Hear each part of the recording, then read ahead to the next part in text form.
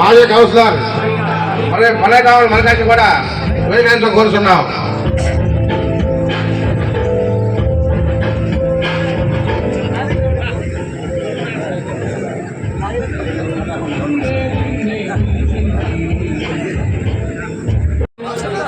అందరికీ meals arrange చేసింది, దయించి భోజనం చేసి వెళ్ళండి ప్లీజ్.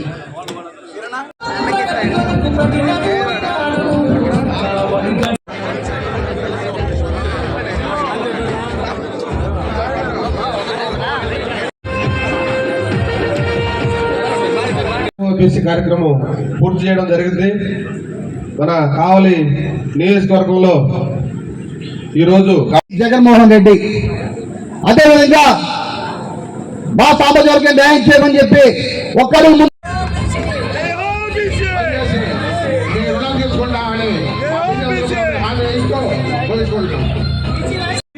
ప్రతి బీసీ కూడా గంప గుర్తుగా ఓట్ బ్యాంక్ వేసి ఆయన గెలిపించుకోవాలనే విధంగా చేయాలని చెప్పేసి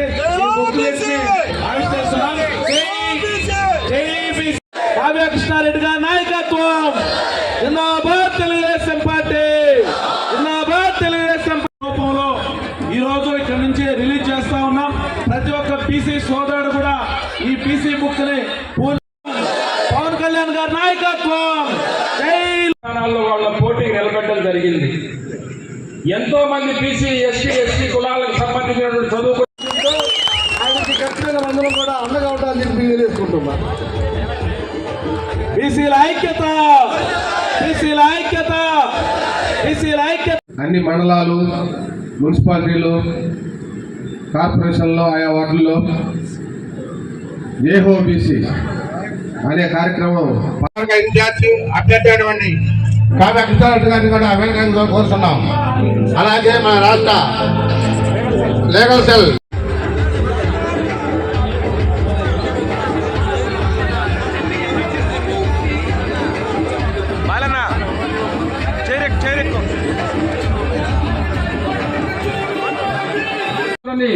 వదిలిపెట్టి పేద పొడుగు ప్రజల కోసం, అణగారిన వర్గాల కోసం, బీసీ ప్రజల కోసం తెలుగుదేశం పార్టీ నేత ఎన్టీ రామారావు గారు బీసీల్లో చైతన్యం తెచ్చాడు.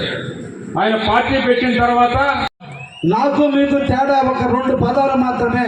నేను మీలాగా పేద కుటుంబం నుంచి వచ్చినటువంటి వ్యక్తిని. కష్టాలు తెలుసు, నష్టాలు తెలుసు, బాధలు తెలుసు, ఇబ్బందులు తెలుసు, అన్నీ తెలిసి ఎదిగినటువంటి వ్యక్తిని. కాబట్టి దయించి నన్ను ఆశీర్వదించండి.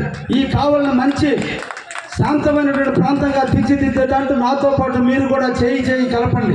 మనందరం కూడా మన యువకులను కాపాడుకుందాం. ఈ ప్రాంతం వ్యవసాయం మీద ఆధారపడే ప్రాంతంగా మిగిలిపోయింది.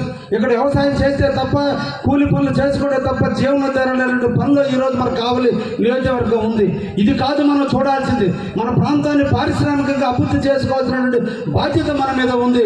ఈ రోజు నువ్వు ఏదన్నా ఈ కావలి నియోజకవర్గానికి అభివృద్ధికి నాంది పలికారు అంటే ఒక్క చంద్రబాబు నాయుడు గారే కావలి నియోజకవర్గ అభివృద్ధికి తోడ్పడ్డాడని కూడా మీకు ఈ సందర్భంగా నేను తెలియజేస్తున్నా.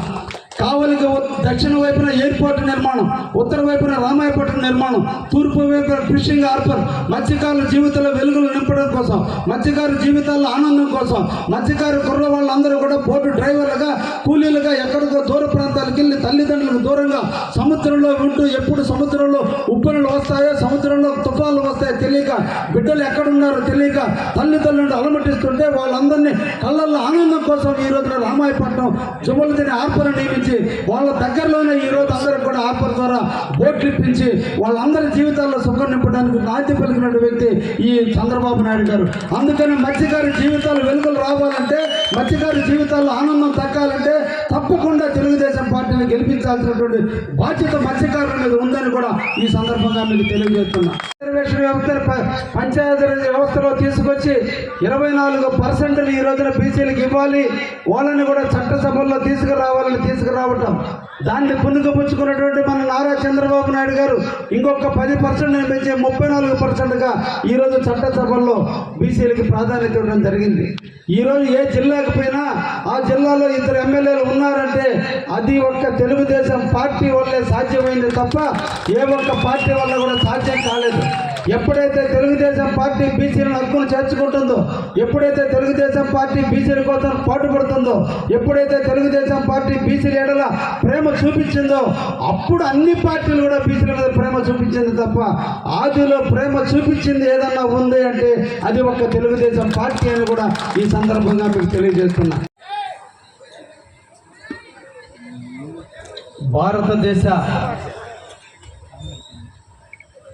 భారతదేశ బీసీ సోదరుల సృష్టికర్త జ్యోతి పూలేరావు గారి పునికి పుచ్చుకున్న బీసీ కుటుంబ సభ్యులందరూ కూడా ఈరోజు స్టేజీ మీద ఉన్నందుకు పేరు పేరున ప్రతి ఒక్కరిని కూడా అభినందిస్తున్నా. ఈ రోజున తెలుగుదేశం పార్టీలో బీసీలు పెంచినారు అంటే తెలుగుదేశం పార్టీ బీసీలను ఎంత హక్కున చేర్చుకుందో అర్థమవుతుంది.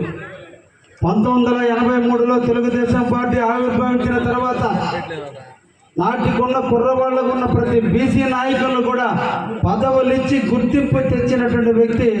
సమాజంలో అందరూ కూడా ఒకటే, ఒకరు ఎక్కువ ఒకరు తక్కువ కాదు, తారతమ్యతలు లేకుండా అందరికీ కూడా సమాజంలో సేవ చేసే భాగ్యాన్ని కల్పించాలి, అందరికీ చట్టసభల్లో అవకాశం కల్పించాలనే ఉద్దేశంతో నాటి ముఖ్యమంత్రిగా పనిచేసినటువంటి ఎన్టీ రామారావు గారు మొట్టమొదట ఈ రాష్ట్రంలో ముఖ్యంగా ఈ దేశంలో కూడా బీసీలను గుర్తించిన వ్యక్తి ఎవరన్నా ఉన్నారు అంటే అది ఒక ఎన్టీ రామారావు గారని ఈ సందర్భంగా మీకు తెలియజేస్తున్నారు. రాజకీయాల్లో ఎక్కువ మంది వస్తున్నారు, అన్ఎంప్లాయ్మెంట్ పూర్తి అయిపోయి ఎంతమంది కూడా పదవులు వస్తున్నాయి. ఈ తరుణంలో అందరు రకాల పార్టీలు ఇచ్చినప్పటికీ కూడా ఓన్లీ బీసీలకి పదవులు ఇచ్చామని చెప్పుకోవడానికి అవతల పార్టీ వాళ్ళు ఇస్తున్నారు తప్ప పదవుల్లో ప్రాధాన్యత లేని పదవులు ఇవ్వడం, ప్రాధాన్యత లేకుండా కూర్చోబెడుతున్నారు తప్ప డమ్మీల వ్యక్తులుగా కూర్చోబెడుతున్నారు తప్ప ఒక్క తెలుగుదేశంలో పార్టీలో ఇచ్చిన పదవి గుర్తింపు పెరిగేదాకా పెంచేటువంటి పార్టీ కూడా తెలుగుదేశం పార్టీ అనే విషయాన్ని కూడా మీకు సందర్భంగా తెలియజేస్తున్నా.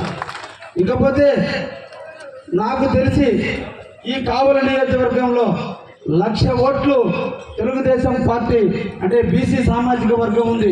దాంట్లో ప్రధానంగా ఈ ప్రాంతంలో యాదవాసుకు సంబంధించి 20,200 ఓట్లు యాదవ సామాజిక వర్గం, బీసీల్లో అత్యధిక ఓట్లు ఉన్నటువంటి ప్రాంతం కావలి నియోజకవర్గం.